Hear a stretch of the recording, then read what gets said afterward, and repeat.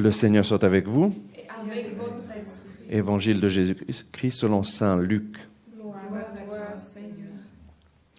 En ce temps-là, Jésus disait à la foule, « À qui donc vais-je comparer les gens de cette génération?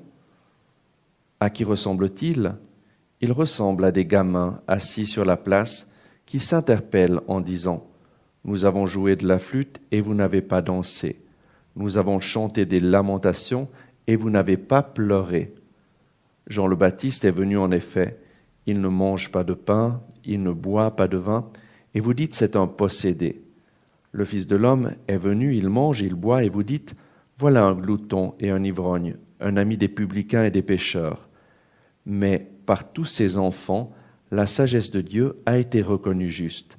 Acclamons la parole de Dieu. Louange à toi, Seigneur Jésus. Chers auditeurs, aujourd'hui, dans les textes, nous voyons Jésus parler du discernement des esprits. Quel esprit inspire une personne? Comment discerner ce qui inspire une personne? Est-ce que c'est le bien? Est-ce que ça vient de Dieu? Ou bien est-ce que c'est le mal? Est-ce que ça vient de l'esprit du mal?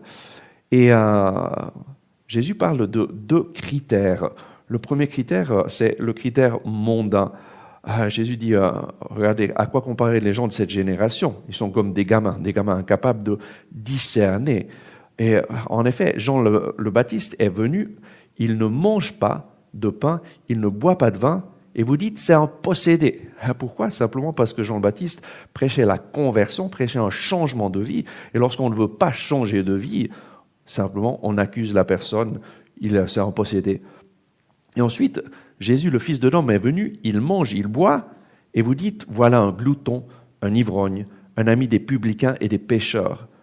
Là aussi, Jésus dérange. Pourquoi? Parce qu'il va vers les publicains, vers les pécheurs, il passe du temps avec eux, et donc les pharisiens qui préconisaient qu'il fallait absolument pas avoir de rapport, de relation avec les pécheurs et les publicains pour ne pas se rendre impurs, sont dérangés par Jésus, et qu'est-ce qu'on fait? On l'accuse qu'il ne respecte pas la loi.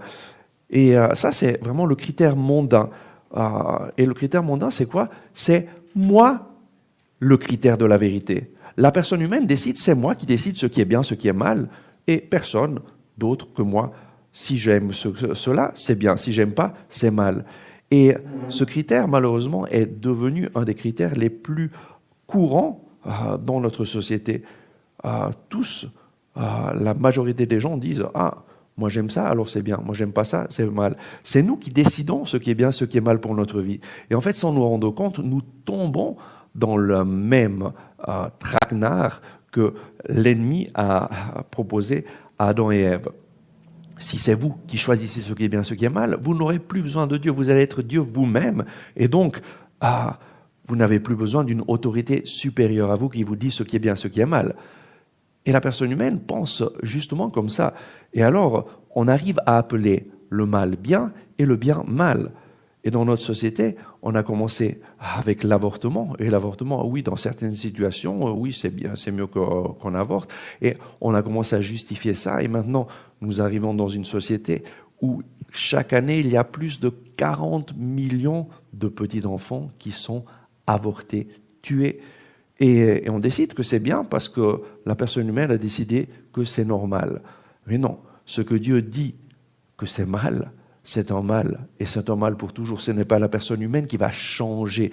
En fait, les conséquences sont terribles. Et moi, je connais tellement de femmes dévastées par le fait qu'elles ont eu un avortement. Et quand elles l'ont fait, elles ont pensé « Ah oui, j'ai le droit » ou bien « C'est un moindre mal ». Mais en fait, c'est toujours la pire des choses.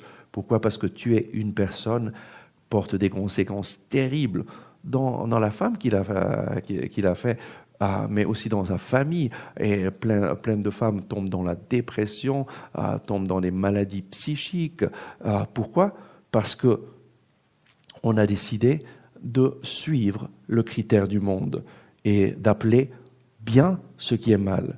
Et actuellement, il n'y a pas seulement l'avortement, mais il y a l'euthanasie, il y a le mariage gay, où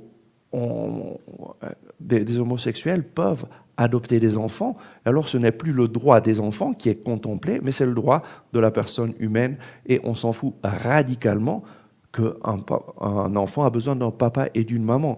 Et on fait des lois pour notre propre plaisir, et le critère devient mon plaisir.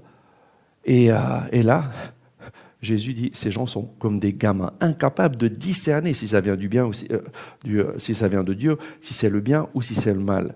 Mais le critère que Jésus nous donne pour ses enfants, pour les enfants de Dieu, la sagesse de Dieu a été reconnue. Le critère que Dieu nous donne, c'est sa sagesse. Et Dieu est amour. Dieu nous aime. Dieu t'aime. Il t'aime tellement qu'il a envoyé son Fils unique, afin que quiconque croit en lui ne périsse point, mais ait la vie éternelle. Et quand Dieu nous parle à travers sa parole, il nous dit la vérité. Et le critère fondamental, c'est justement l'amour. Dieu est amour. L'amour prend patience. L'amour rend service. L'amour ne jalouse pas. L'amour ne se vante pas. L'amour ne se gonfle pas d'orgueil. L'amour ne cherche pas son intérêt. L'amour ne s'emporte pas. L'amour n'entretient pas de rancune. L'amour ne se réjouit pas de ce qui est injuste. L'amour ne passera jamais. Et donc le critère que Jésus nous invite à prendre, c'est le critère de l'amour. Et de l'amour de Dieu qui se manifeste d'une façon extraordinaire. Dieu nous a tellement aimés qu'il a décidé d'avoir une relation personnelle avec nous, de nous proposer une relation personnelle. Et il nous le propose à travers Jésus, qui est la parole de Dieu faite chair. Et Dieu nous donne sa parole pour nous guider. Nous avons lu « Tes paroles, Seigneur, sont esprit et elles sont vie. Tu as les paroles de la vie éternelle. » Dieu nous donne sa parole, Dieu nous parle à travers sa parole pour nous indiquer le chemin, pour nous guider, pour nous montrer ce qui est bien et nous mettre en garde de ce qui est mal. Et lorsque Dieu parle, il nous dit la vérité. La parole de Dieu, c'est le critère de la vérité. Et si nous refusons la parole de Dieu, nous allons tomber sous l'influence de l'ennemi et nous allons commencer à dire « mais c'est moi qui décide ce qui est bien, ce qui est mal pour ma vie ». Et nous allons nous tromper et les conséquences vont être terribles. Lorsque nous prenons la place de Dieu, les conséquences sont terribles. Pourquoi ? Parce que le salaire du péché, c'est la mort.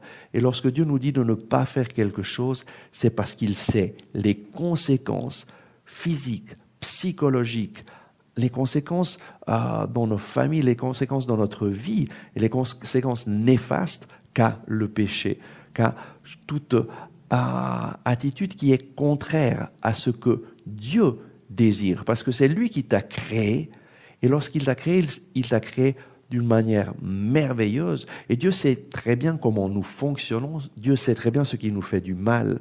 Dieu sait très bien ce qui nous fait du bien. Et il nous dit, choisis le bien. Et Dieu nous indique le chemin à travers sa parole. Et donc, comment faire pour pouvoir discerner ce qui est bien de ce qui est mal ? La première chose, c'est de commencer à nous plonger dans la parole de Dieu chaque jour et de lui demander, Seigneur, parle-moi, je veux t'écouter, je veux entendre ta voix.